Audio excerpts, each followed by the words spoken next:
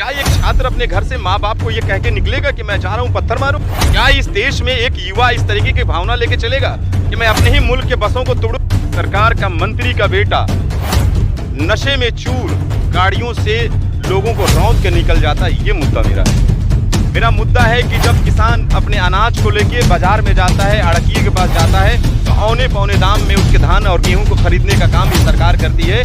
जो 1800-1900 के नाम पे 1200-1300 रुपये में हम कुंटल धान और गेहूं बेचते हैं, ये मुद्दा है कि जो बिजली का बिल लगातार जापानी और पता नहीं कहाँ की कंपनियों का हमारे यहाँ मीटर लगा दिए गए, जो 1 रुपये की जगह पे 13 रुपये निकालता है, कई लोगों के लाखों रुपए एक बल्ब का मीटर आ गया, उसके खिलाफ लड़ने का मुद्दा है। हमने उत्तर प्रदेश में सुचिता कृपलानी जी को सबसे पहले उत्तर प्रदेश का मुख्यमंत्री बनाया। आप नज़ीर पेश करिए। हमने असम में सईदा फातिमा नूर को हमने मुख्यमंत्री बनाया।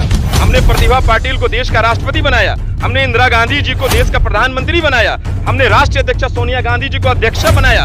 आप देखिए ना, नज़ीर है मेरे पास। पूछिए भाजपा के लोगों से, उनके पास एक नेत्री है, कोई है?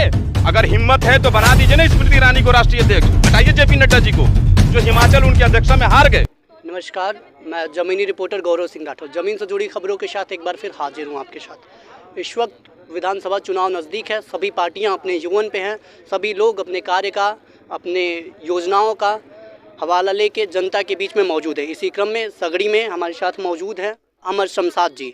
प्रतिज्ञा पत्र इनके हाथ में है, इसको लेके ये दम भर रहे हैं कांग्रेस को मजबूत बनाने के लिए। जानते हैं इनसे कि क्या किस तरीके से लड़ेंगे ये। देखिए, उत्तर प्रदेश की लड़ाई बेरोजगारी को लेकर है। उत्तर प्रदेश की लड़ाई दलित, अल्पसंख्यक, ओबीसी, उन समाज के उन तबकों के लिए है जिनको विगत 5 वर्षों में सड़कों पे बेइज्जत किया गया।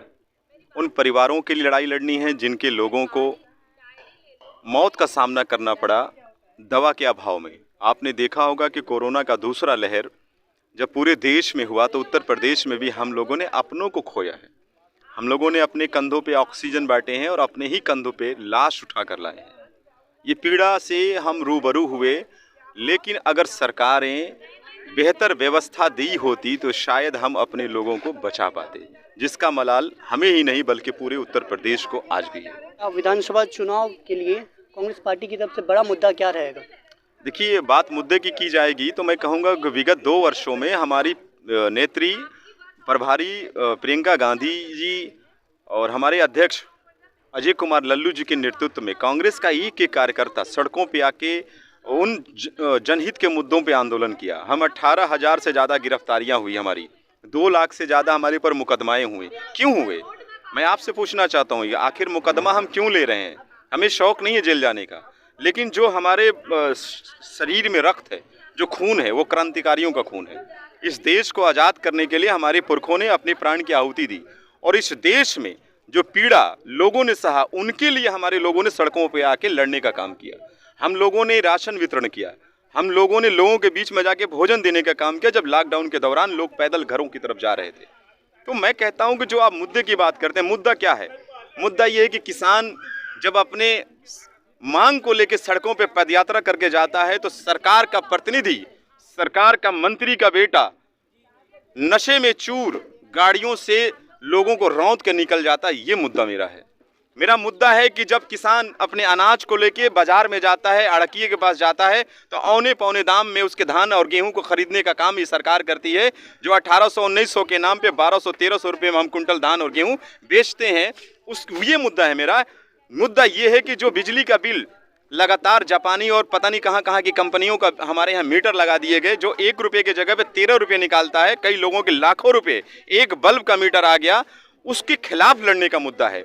मुद्दा ये है कि हम बेरोजगारी इतना बड़ा मुद्दा है कि प्रधानमंत्री जी ने कहा था कि हर साल हम 2 करोड़ नौकरियां देंगे। आप युवा हैं, आज पत्रकारिता में आप काम कर रहे हैं, मैं आपसे ही पूछता हूँ, क्या रोजगार का दर्द आपको एहसास नहीं होता है? ये जो यूपी से बिहार तक आरआरबी एनटीपीसी के छात्रों का विशाल आंदोलन है, उसको किस नज़रिए से देखते? देखिए, ये दुर्भाग्य है, इस देश का सबसे बड़ा दुर्भाग्य है कि जब एक बच्चा, हम लोग भी नौकरियों के लिए तलाश में जाते हैं, हमें भी नौकरियां नहीं मिली, मैं भी बेरोजगार हूं, लेकिन जब एक लड़का अपने घर से निकलता है 100-200 रुपये लेके कि मुझे इलाहाबाद जाना है, मुझे बिहार पटना जाना है एग्ज़ाम देने के लिए, आप देखे होंगे कि लोग सड़कों पे सर्दी की रात में लोग बैठे रहे इम्तिहान देने के लिए, उनके पास खाने के नहीं थे, कपड़े नहीं थे, लोग सोए, रात को सुबह एग्जाम देने जाना है, उनके परीक्षाएं रद्द हो गई, पेपर लीक हो गया। मैं कह रहा हूं कि उन नौजवानों का क्या कसूर है? सुरक्षा के नाम पे उन लोगों ने पहले से क्यों नहीं किया?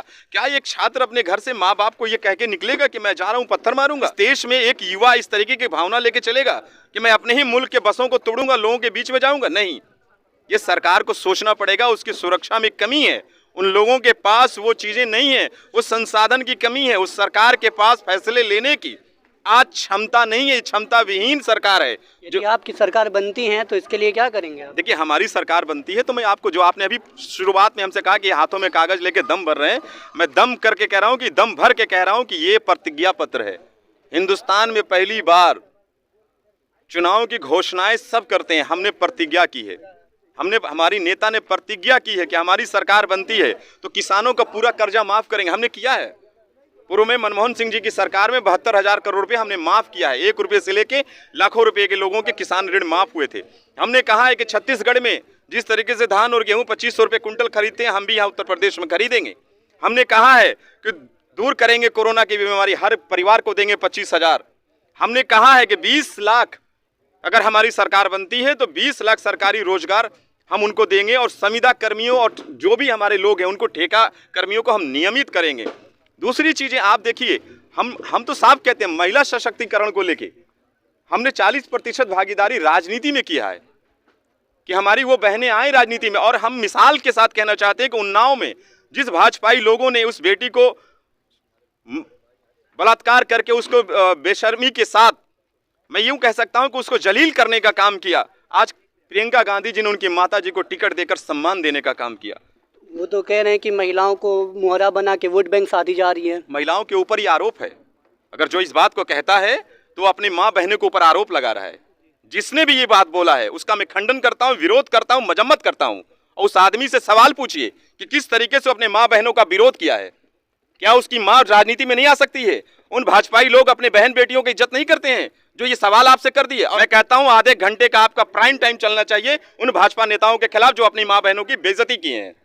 उनका ये भी कहना है कि महिलाओं को लेके वो सबसे ज्यादा सशक्त हैं, इसके लिए क्या करें? आप देखिए ना, हमने उत्तर प्रदेश में सुचिता कृपलानी जी को सबसे पहले उत्तर प्रदेश का मुख्यमंत्री बनाया। आप नजीर पेश करिए। हमने असम में सईदा फातिमा नूर को हमने मुख्यमंत्री बनाया। हमने प्रतिभा पाटिल को देश का राष्ट्रपति बनाया। हमने इंदिरा गांधी जी को देश का प्रधानमंत्री बनाया। हमने राष्ट्रीय अध्यक्षा सोनिया गांधी जी को अध्यक्षा बनाया। आप देखिए ना, नजीर है मेरे पास। पूछिए भाजपा के लोगों से, उनके पास एक नेत्री है? कोई है? अगर हिम्मत है तो बना दीजिए ना स्मृति ईरानी को राष्ट्रीय अध्यक्ष, हटाइए जेपी नड्डा जी को जो हिमाचल उनकी अध्यक्षा में हार गए। प्रियंका गांधी जी विधानसभा चुनाव में के बाद मुख्यमंत्री बनती हैं तो सबसे बड़ा, अगर आप मेरे युवा साथी हैं, अगर आशीर्वाद देंगे तो मुझे लगता है कि उत्तर प्रदेश का मुख्यमंत्री प्रियंका जी को बनना चाहिए। मैं कहता हूं कि आप सब लोग, हम लोग मिलकर उनको उत्तर प्रदेश का मुख्यमंत्री बनाएं, और मैं आपसे निवेदन करता हूं कि आप लोग इस आवाज को बुलंद करिए।